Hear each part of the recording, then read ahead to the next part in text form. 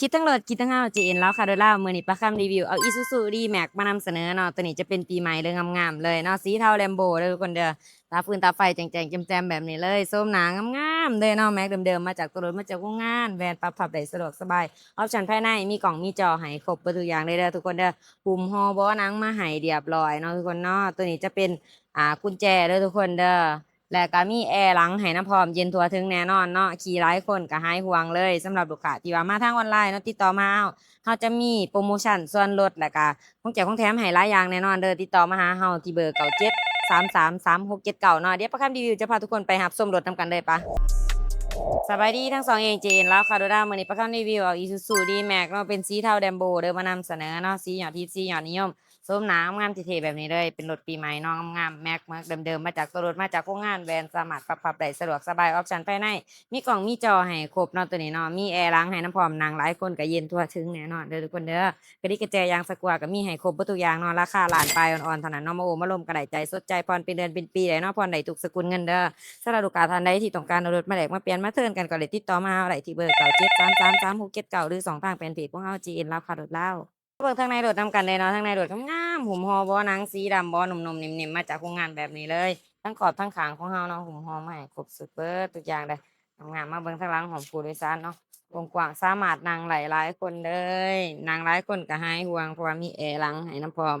นี่ทั้งขอบทั้งขางดีไซน์ประตูโคตรงามโคตรเท่แรงเนาะหลังกระบะสามารถขนเครื่องขนของได้สะดวกสบายเลยตาฟืนตาไฟท้ายก็แจ้งๆแจ่มๆแบบนี้ติดขอบหูขอบตากันเล็บกันสาดให้ครบเด้อทุกคนเด้อ นี่เนาะออปชันตัวแซดเด้อออปชันเต็มเนาะนี่บันไดเหยียบทางหลังเนาะคันโซนทางหลังเฮายังจุบๆงามๆทุกอย่างอันนี้จะเป็นกล่องถอยเวลาเราเข้าเกียร์ถอยท้ายมาเบิ่งแม็กไดเนอร์เดิมๆมาจากตัวรถมาจากโรงงานเนาะมีห้อยขีดกวาดตามการใส่งานเด้อทุกคนเด้อโดยรวมก็ยังงามเบิดทุกอย่างเนาะนี่สำหรับหัวออกหัวน็อตเฮาทั้งขอบถ่ายอยู่ครบเบิดบ่เคยตำตอกตำถ่ายมาเนาะอันนี้กระแจยางสกรัวเฮาก็มีให้ครบเบิดทุกอย่างเด้อ พวงมาลัยจะเป็นพวงมาลัยมัลติฟังก์ชันเนาะมีหน้าปอกหน้าปัดให้แจ้งๆแจ่มๆแบบนี้เลยมีหน้าจอมาจากโรงงานมาจากตัวรถสามารถสัมผัสได้ครบสุดเนาะนี่สัมผัสได้หรือว่าจะกดทั้งข้างได้เนาะอันนี้จะหวยเสียงรถเสียงก็ได้เด้อนี่เนาะอืมสะดวกสบายสัมผัสได้เบิด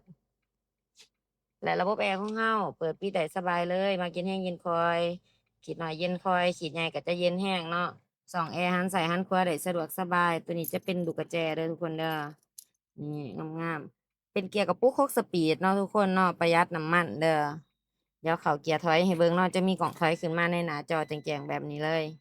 มาเบิ่งของจักของเครื่องนำกันเลยเนาะฟังเสียงจักเสียงเครื่องนำกันจักดีไอเย็นโซลังแหน่งบ่หัวบ่ซึมบ่เป็นไอบ่เป็นควันหัวหนอกหัวน็อตของเฮายังจกงามเนาะนี่เสียงจักนิ่มๆเด้อเครื่องจักรใหม่ๆเลยเนาะงามๆเด้อฝากระโปรงก็งามๆมาเบิ่งมาเช็กเอาได้เนาะรถอยู่ปากเซ่เด้อทุกคนเด้อ เอาไว้เตือนทุกท่านเด้อกับรถคันนี้เนาะ Isuzu D-Max สีเทา Lambo ออปชั่นคือที่พาเบิ่งพากาวเลยเด้อราคามีแต่ล้านปลายอ่อนๆเท่านั้นเนาะมาโอ้มาร่วมกันได้ใจสดใจผ่อนเป็นเดือนเป็นปีได้เนาะผ่อนได้ทุกสกุลเงินเดือนสำหรับลูกค้าท่านใดที่ต้องการเอารถมาแลกมาเปลี่ยนมาเทิร์นกันก็ได้เนาะติดต่อมาหาเฮาได้ที่เบอร์97333679หรือสองทางแฟนเพจ JN ลาวค่ะรถลาวของเฮาเนาะฝากกดไลค์กดแชร์กดติดตามช่องเฮาไว้เพื่อบ่พลาดคลิปความรู้คลิปดีๆรถงามๆที่เฮามานำเสนอให้ทุกท่านได้เบิ่งได้ชมเนาะกดไลค์กดแชร์แล้วมาเอาโปรโมชันส่วนลดและของแจกของแถมนำเฮาหลายอย่างได้เลยเด้อทุกคนเด้อ